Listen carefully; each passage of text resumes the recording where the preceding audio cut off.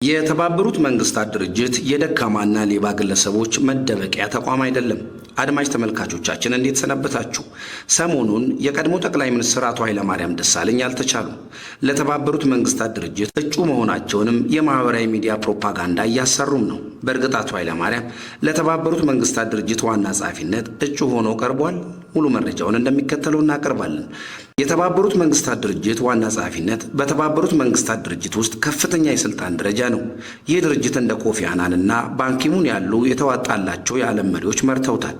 እናም ከዚህ አንጻር አቶ ኃይለማርያም ደሳለኝ ለተባበሩት መንግስታት ድርጅት ዋና ጸሐፊነት ለመታጨት ብቁ ናቸውን ብለን መጠየቅም ይኖርብናል።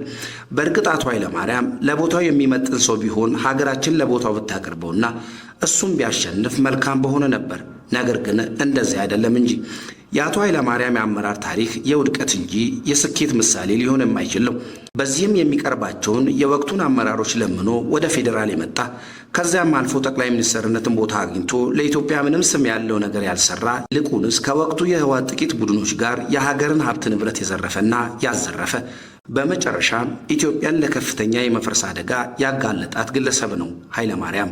ይህ ሰው ስልጣኑን በመጠቀም ያካበተውን ሀብት ለማሸሽ አሁን ደርሶ የተለያዩ የፕሮፓጋንዳ ዘመቻዎችን እያሰራጨ ሲሆን ከሰሞኑ ደግሞ አቶ ኃይለማርያም ደሳለኝ ለተባበሩት መንግስታት ድርጅት ዋና ጸሐፊነት እጩ ሆኖ ቀረቡ የሚል የማህበራዊ ሚዲያ ዘመቻ የሚመስል ነገር እየተሰራጨ ነው።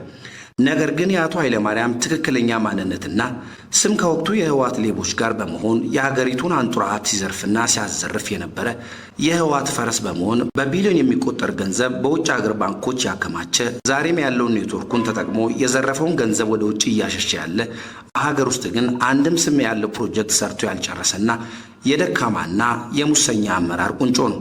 ይህ ግለሰብ ልጆቹን ጭምር ቤተ መንግስት ውስጥ እየደገሰ ሲድር የነበረ ከወቅቱ የወታደራዊና ደህንነት ሹሞች ጋር በመሆን ኢትዮጵያን ሙልጭ አድርጎ የበላ ሰው ነው።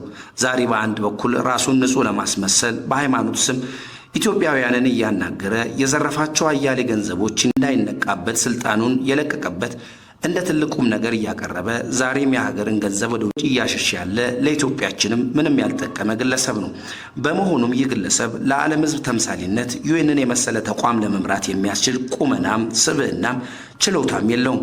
የተባበሩት መንግስታት ድርጅት እንደዚህ አይነቱን የደካማና ሌባ ግለሰቦች ስብስብም አይደለም። አቶ ኃይለማርያምም በ6 ዓመታት የጠቅላይ ሚኒስትርነት ጊዜው የዘረፈውን ሀብት ለማሸሽ መሰል የሚዲያ ዘመቻዎችን ቢያሰራም እውነታው ከላይ የተገለጸ ነው። 6 ዓመታት የጠቅላይ ሚኒስትርነትን ጊዜ የዘረፈውን ሀብት ለማሸሽ መሰል የሚዲያ ዘመቻዎችን ቢያሰራም እውነታው ግን ከላይ የተገለጸ ነው።